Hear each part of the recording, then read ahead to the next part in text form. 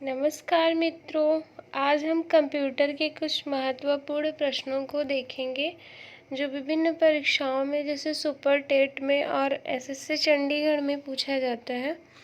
तो पहला प्रश्न है, व्यू एक्सेल में एक डिफ़ॉल्ट व्यू है। कौन से एक्सेल में डिफ़ॉल्ट व्यू दिखाई देता है? तो ये नॉर्मल एक्सेल में डिफ़ॉल्ट व्यू दिखाई देता है।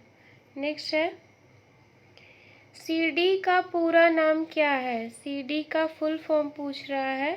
सीडी का पूरा नाम क्या है?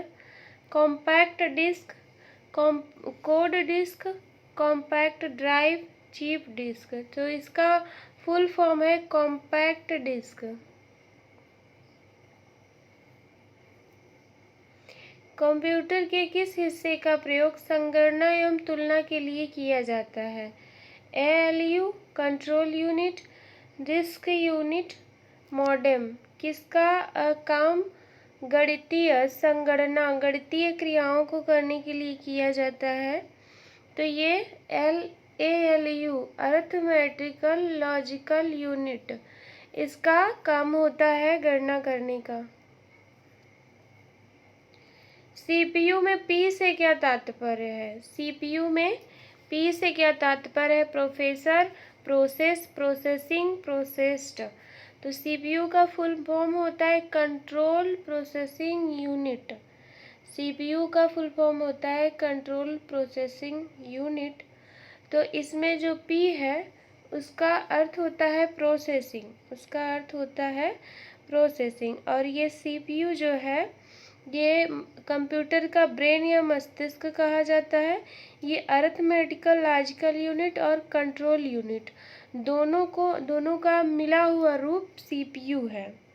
अरिथमेटिकल लॉजिकल यूनिट जो है एएलयू और कंट्रोल यूनिट सीयू का सीपीयू, इसका दोनों का मर्ज है। सीपीयू में ही ये दोनों चीज़ें पाई जाती हैं। एक्चुअली आज मेरी थोड़ी तबीयत ठीक नहीं है, इसके लिए एनर्जी लेवल कम है, बट प्रश्न को मुझे करवाना था, इसके लिए मैं क्लास ले रही हूँ। कंप्यूटर स्क्रीन पर ब्लिंकिंग सिंबल से तात्पर्य है, मतलब क्या तात्पर्य है? माउस, लोगो, कर्सर, पॉइंटर। कंप्यूटर स्क्रीन पर जो ब्लिंकिंग मतलब कि जो जिसे शो करता रहता है कि हम अभी कहाँ पे टैप करने जा रहे हैं, उसको कर्सर कहते हैं। वो कुछ इस तरीके का बना होता है, इस तरीके का। तो बार बार ऐसे ब्लिंक करता रहता है, दिखता रहता है, बार बार ब्लिंक करता रहता है। तो मतलब कि हम कहाँ पे हैं, इसको कर्सर बोलते हैं। ये ब्लिंकिंग सिंबल होता है, इसे कर्सर बोलते हैं। नेक्स्ट है, डैश आदेशों कमांड्स को निष्पादित करने की प्रक्रिया क्या कहलाती है? कोई भी कमांड मिलता है उसको क्या कहते हैं? Executing, fetching, storing, decoding. देखिए, जो बाइलिंगुअल प्रश्न आते हैं उनमें इसी प्रकार के प्रश्न आते हैं। इंग्लिश में लिखा जाता है, ना तो हिंदी है ना तो इंग्लिश। इंग्लिश में ये भाषा जो है ये इंग्लिश कही जाती है। इसमें क्या होता है, ये एग्जीक्यूटिंग कहा जाता है। कमांड को जो लेता है, हम जो भी इनपुट देते हैं वो जो ग्रहण करता है और क्या बताया गया है वो क्रिया करता है, उसे एग्जीक्यूटिंग कहते हैं। नेक्स्ट है, कंप्यूटर के टर्न ऑफ बंद हो जाने पर डैश का कॉन्टैक्ट समाप्त हो जाता है। इनपुट का, स्टोरेज का, मेमोरी का, आउटपुट का। कंप्यूटर जब बंद हो जाता है तो क्या अपने आप क्या बंद हो जाता है? तो मेमोरी में जो रैम होता है, रैंडम एक्सेस मेमोरी, उसका कंटेंट अपने आप जो है समाप्त हो जाता है, क्योंकि ये अस्थायी मेमोरी होती है, रैंडम एक्सेस मेमोरी। रैम का ये मेमोरी जो है इसका कंटेंट अपने आप बंद हो जाता है। नेक्स्ट है, अनसॉलिसिट, अनाधिकृत ईमेल कहलाता है।